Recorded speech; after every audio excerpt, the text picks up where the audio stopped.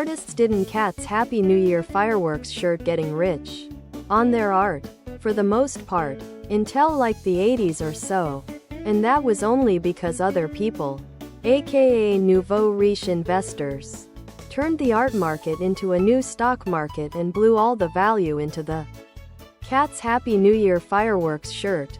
Tank top, V-neck, ladies tee for men and women, V-neck, tank top.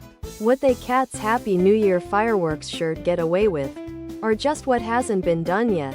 Some people are gonna see it as nothing but pretentious, and some of it is. But overall I just find it fascinating and amusing. Pollock got big because he was the first person who official Cat's Happy New Year fireworks sweatshirt, hoodie, sweatshirt, hoodie. Learning he actually did Cat's Happy New Year fireworks shirt some artistic skill. I looked more thoroughly at his more popular works, with some understanding that he may have actually used deliberate methods and techniques to achieve the looks he. Other products.